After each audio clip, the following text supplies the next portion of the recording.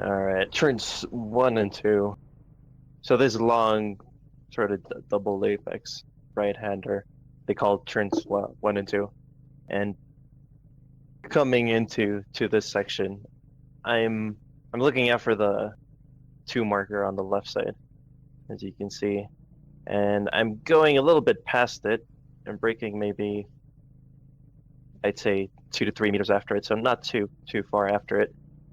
But not only that, I'll also be pointing the car towards the inside of the corner a little bit. I won't quite keep the car parallel to the edge of the track as I'm braking. So just point the car in, but make sure that when you do start to brake, make sure that your wheel is perfectly straight when you do so, just so you don't get any oversteer. And you should be dropping down 2 gears into third. Some people use second, especially towards the end of the corner, but I think keeping it in third gear is definitely more stable and a little bit quicker as well. And so coming into turn one, I'm aiming to at least kiss the curb on the inside here. Most laps, I'll use quite a bit of the curb, but you have to be ready to catch any sort of oversteer on a fast qualifying lap or a time trial lap. You should be aiming to do this, but if it's just a race lap, at least try to just kiss the curbing on the inside. So we're going to be turning in fairly early for this corner, as well as pointing the car in, as I mentioned. And then through the rest of the corner, so you sort of have to imagine that it's two separate corners with a very short straight in between. So between turns one and two, you don't want to go too wide, but you also don't want to keep it too tight. And I think a good reference is to keep it fairly close to the inner edge of the concrete lane that you have going across through the track. So I'll be on this sort of line. If anything, I'll have my right side tires just to the left of that concrete. So I'll keep it about this tight. And through here, because it's such a long corner, so in general, I'll probably I go on about not using any throttle through the middle of a corner, but in this sort of corner that's very, very long, and if anything, it's two corners more than just one. You can get away with using a little bit of throttle through the middle of it, so don't worry about that. You actually have to, just because it's such a long corner. Ideally, you want to carry enough speed into turn one so that you don't need to use too much of it, especially early on. But by around this point, you're typically getting on the throttle to get the car to push out a little bit wider and set you up a little bit better as you're getting ready to accelerate out of turn two. And accelerating out of turn two, you should be able to get on the throttle a little bit before the curbing.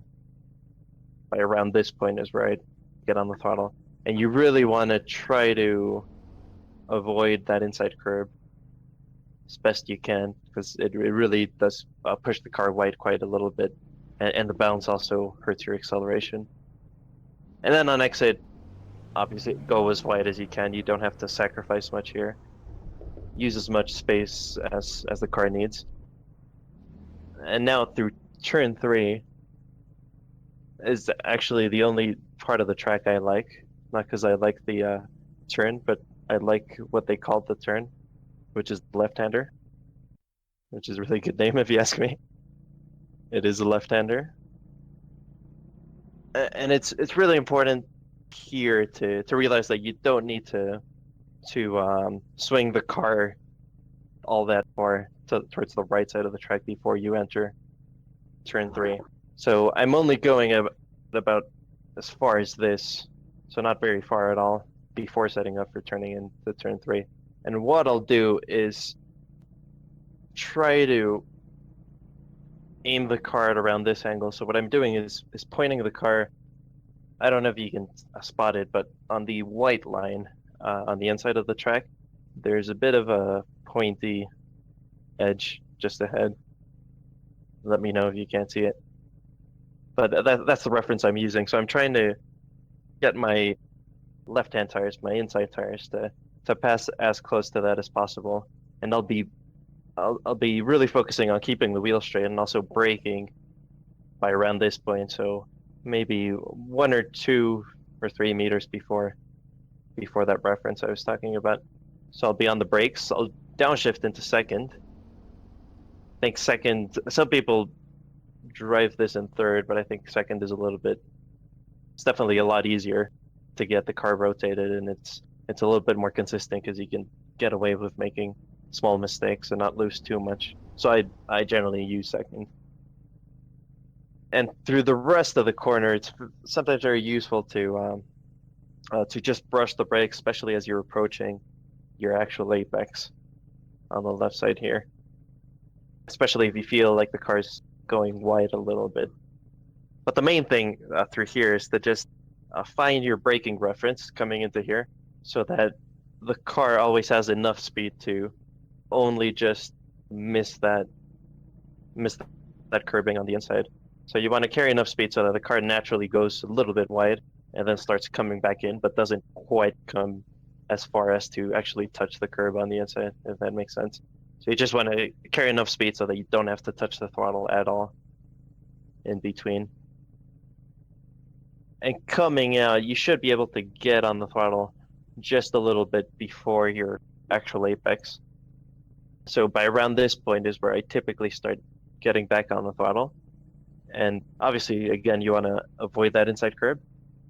And getting back on the throttle early there, you'll obviously have the car swing a little bit wide, but that's fine because as long as you don't overdo it, you should be able to get the car back still full throttle over to the left side of the track in time to turn in for turn 4.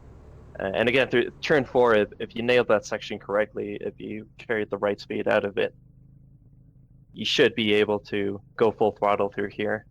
It should sometimes be a little bit tight, but as long as you don't touch the grass on the outside, you'll be fine. So really aim to make it full throttle, and so that you don't have to lift as you're going through turn 4.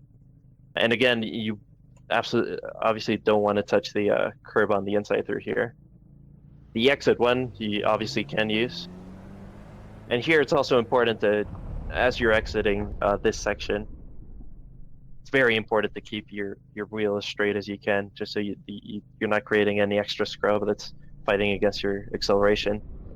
It's very easy to go in a little bit too fast and in a way correct for that by using a little bit too much lock. And you may feel like you're not running off the track, but that's only happening because you're losing a lot of speed by adding more lock. And now coming down into turn 5, you'll be in 4th gear by the time you get here. You want to keep the gear, you want to keep it in 4th. And through here, it's very important to turn it very, very, very early. You don't want to worry a lot about how early you can get on the throttle coming out of here, and really focus on carrying the speed in. And through here, you do want to, there's one of the few corners on the track where you do want to use the curbing on the inside. So you're going to turn it early, slow down on the left. You don't want to slow it down too much. Turn fairly early. Use all of that curbing on the inside, and obviously get on throttle as quickly as you can. You just have to be wary of that jump in the road after turn 5. As long as you keep your wheel straight, you should be fine. If anything, you'll have to make a small correction and counter steer to the left a little bit as you're going over the bump. But you should be fine as long as you keep the wheel straight and keep it on the throttle as well.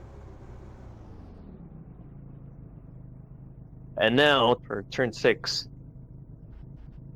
I'm actually I didn't quite do my homework here, because I'm usually, on this weather, I'm usually using that big shadow right in front of me as a braking reference. I did a race earlier that had overcast conditions, so there were no shadows. I mean, it was all a shadow. so it was really hard to know where to brake. But over time, I got it down just looking at the apex. But in this weather, if you have partly cloudy conditions and you do get this shadow, you can use it as a braking reference. And what I'm doing is braking maybe 1 meter before that. So right around here. And again, I'm keeping the car in fourth gear and treading it fairly early and just aiming to keep my speed up. And through here again, it's super, super important to not touch the curbing on the left side, just because it'll make the car hop and it'll push you wide quite a bit. And then coming out, you want to maximize the track and use all of the space available. Get on the throttle early enough so that the car naturally wants to use all of that space. And now finally for turn 7, I'm cheating a little bit and using the shadows as a reference. But you can get away if you get a session where you don't have the shadows. You can simply rely on looking towards looking as far ahead as possible and just looking at the apex to let you know when to turn in, and that should work if you're used to that. But if you want to cheat a little bit in these sort of conditions, I'm turning in maybe 3 to 5 meters after this tiny bit of light in the middle of the shadow just in front of me. So I'll go past that, again keeping the car in fourth gear. I'll turn in at around this point, still on the throttle, and after I've turned in, that's when I'll get completely off the throttle and very quickly get off the throttle. I'm not using the brakes at all, I'm just getting off the throttle. But you want to make sure that you, when you do lift through here, make sure that you lift after you've turned in, just so that you get the bonus of the weight transfer helping the car turn a little bit. If you lift and then turn in, you may get a slightly better turn in, but it won't be as big of an effect as if you turned in and then got off the throttle afterwards. And again, similar to most of the corners around this track, you really want to avoid touching the inside curb, just because it's really high and it'll almost always push you a little bit too wide. Most of the time, let me go back. If you're on the right line, you should be able to get back on the throttle just a few meters after the start of the curbing on the inside here. So I'd say about 5 meters, right around this point, is where it would typically be able to get back on the throttle and not run out of room on exit. And yeah, obviously you've got all of that curbing on the outside of you, so make the most of it. Any questions before I start the flying laps? No, you explained that really well. All right. I'd just like to say thank you again to Johnny for taking the time to give us a walkthrough. If you would like more help from Johnny, he also does private coaching sessions. You can find his contact information down below in the description if you're interested.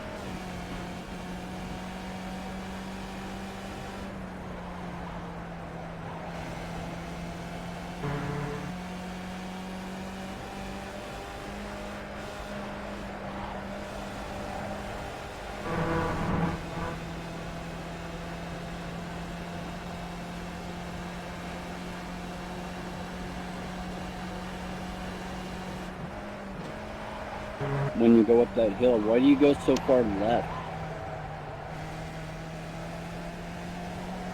Just because I got out a little bit early. But as long as you can come back before the grass starts, that'll be the quickest way. Yeah, I see the quicker guys do that, but I've tried it and sometimes I get unsettled right there. Yeah, because if you go further left, you'll likely be turning quite a lot later into the corner as you go over the crest, so that'll hurt you a little bit. That's why you get a little bit of oversteer.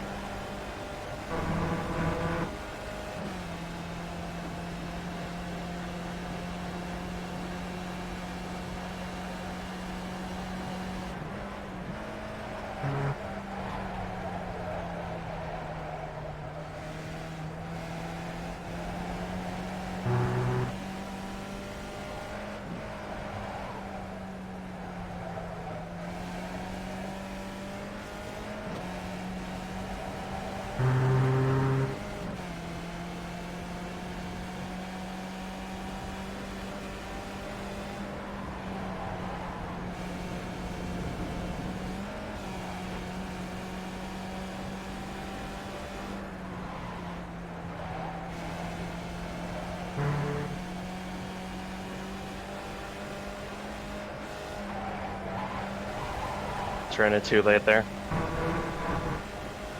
Yeah, there's a two though. If you want, I'll do an extra one if you guys want. Yay!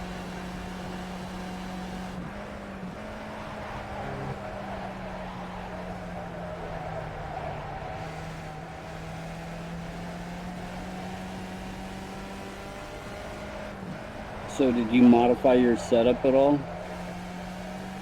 No, same one I always use. I've got SBO with 4, but I don't think it changes a lot. I just haven't changed it back. Are you still running the 17-ish tire pressure? Yeah.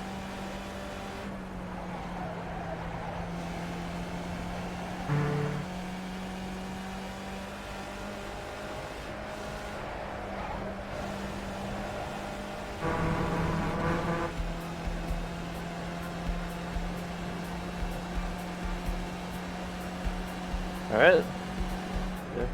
Thank you very much. Yeah, no Yeah. worries.